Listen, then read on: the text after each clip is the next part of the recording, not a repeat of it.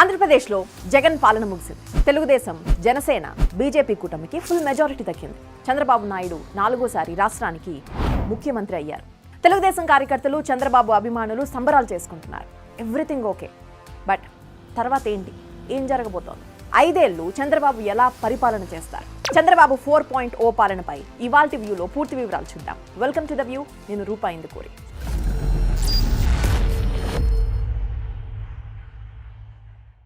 చంద్రబాబుకి నిజానికి ఇప్పుడే కష్టాలు స్టార్ట్ అవబోతున్నాయి. రియల్ టెస్ట్ ఇప్పుడే స్టార్ట్ అయింది. చంద్రబాబు ఇక ఒక్కరోజు కూడా హ్యాపీగా నిద్రపోయే రోజులు ఈ 5 ఏళ్ళు ఉండవు. ఎందుకంటే ఆయన ఇక నుంచి నడవబోయేది ముళ్ళబాట మీద. నిజం, 2014లో ప్రత్యేక రాష్ట్రంగా ఆంధ్రప్రదేశ్ విడిపోయిన తర్వాత ప్రజలు అపార అనుభవం ఉన్న చంద్రబాబుని ముఖ్యమంత్రిగా ఎంచుకున్నారు. ఆ టైంలో రాష్ట్రం 16,000 కోట్ల అప్పులతో చంద్రబాబు చేతికొచ్చింది.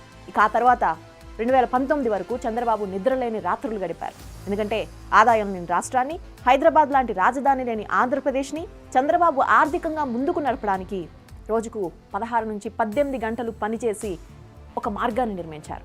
ఆ టైంలో కేంద్రంలో అధికారంలో ఉన్న బీజేపీ పెద్దలు పెద్దగా సహకరించకపోయినా, రాష్ట్ర విభజన హామీలు మోదీ పట్టించుకోకపోయినా రాష్ట్ర ఆదాయం పెంచేందుకు, చంద్రబాబు పరిశ్రమలు తీసుకొచ్చేందుకు చాలా శ్రమించాల్సి వచ్చింది.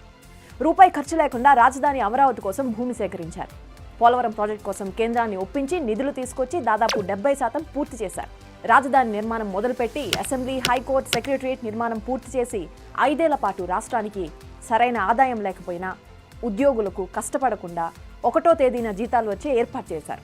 మిగులు బడ్జెట్లో ఏర్పడిన తెలంగాణతో పోటీపడి ఉద్యోగులకు జీతాలు పెంచడం, సంక్షేమాన్ని వదలకుండా రాష్ట్రాన్ని ఒక దారిలో పెట్టే పనిచేశారు. మరో 5 ఏళ్ళు ఆయన పాలన కొనసాగుంటే, అమరావతి పూర్తి చేసి ఉంటే ఈరోజు రాష్ట్రానికి ఒక ప్రధాన ఆదాయ వనరు ఉండేది. కానీ 2019లో చంద్రబాబుని కాదని ప్రజలు వైఎస్ జగన్మోహన్ రెడ్డికి ఒక ఛాన్స్ ఇచ్చారు. సో అలా అధికారంలోకి వచ్చిన జగన్ చంద్రబాబు ప్రారంభించిన పనులను కంటిన్యూ చేసి ఉన్నా బాగుండేది. కానీ జగన్ ఫోకస్ అంతా వేరు. రాజకీయ వేధింపులు, కక్ష సాధింపులకే సరిపోయింది.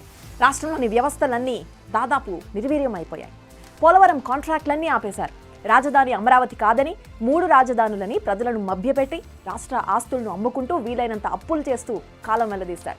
ఒక రకంగా చెప్పాలంటే జగన్ పాలనలో ఆంధ్రప్రదేశ్ మరో 10 ఏళ్ళు వెనక్కి వెళ్ళిపోయింది. ఇది ఎవ్వరూ కాదనలేని అంశం. ఇదంతా చూసిన జనం జగన్ ఒక్క ఛాన్స్ ఇచ్చి ఎంత తప్పు చేశారో తెలుసుకున్నారు. అందుకే ఇప్పుడు చంద్రబాబుకి భారీ మెజారిటీతో గెలిపించారు. ఇప్పుడు ఇదంతా గుర్తు చేసుకోవాల్సిన అవసరం ఉంది. ఎందుకంటే ఇప్పుడు చంద్రబాబు ముందు ఉన్న బాధ్యతలు అలాంటివి. సో 2014లో ఆంధ్రప్రదేశ్ డెవలప్మెంట్ కోసం ఎక్కడి నుంచి మొదలు పెట్టారో మళ్ళీ అక్కడి నుంచే మొదలు పెట్టాల్సిన సిచ్యువేషన్. నిజానికి అప్పటి పరిస్థితులు చాలా బెటర్ అని చెప్పాలి. చుట్టూ ఉన్న రాష్ట్రాల వారు అయ్యో ఆంధ్రప్రదేశ్కు రాజధాని లేదే అని కనీసం జాలిపడేవారు. కొత్త రాజధాని నిర్మాణం అనగానే ప్రధానమంత్రి మోదీ వచ్చి శంకుస్థాపన చేశారు. కానీ ఈరోజు ఆ పరిస్థితులు లేవు. రాష్ట్రం దీన పరిస్థితుల్లో ఉన్నా ఎవ్వరూ పట్టించుకోవడం లేదు. ఇలాంటి సిచ్యువేషన్లో మళ్ళీ చంద్రబాబు ముఖ్యమంత్రిగా పని ఎలా మొదలు పెడతారు? గతంలో హైదరాబాద్కు సాఫ్ట్వేర్ ఇండస్ట్రీ తీసుకొచ్చారని, హైదరాబాద్లో రియల్ ఎస్టేట్ డెవలప్ చేసి చూపించారనే బ్రాండ్ ఇమేజ్ 2014లో చంద్రబాబుకు ఉపయోగపడింది.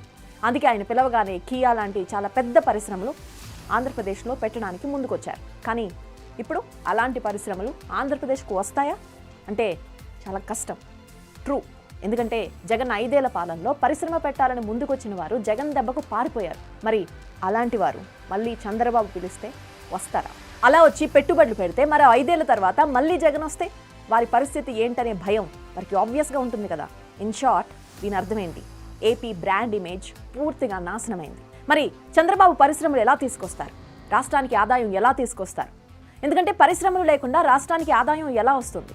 జగన్ లాగా కరెంటు బిల్లులు పెంచో, చెత్తపై పన్ను వేసి ప్రజల నుంచి ఎంత వసూలు చేస్తారు? ప్రజలపై భారం మోపి వచ్చే ఆదాయం ఏ మాత్రం సరిపోదు. అందుకే రాష్ట్రానికి పరిశ్రమలు తప్ప వేరే మార్గం లేదు.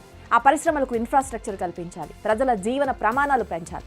ఇవన్నీ కాకుండా చంద్రబాబు కూడా సంక్షేమ పథకాల కోసం విపరీతమైన ఎన్నికల హామీలు ఇచ్చారు.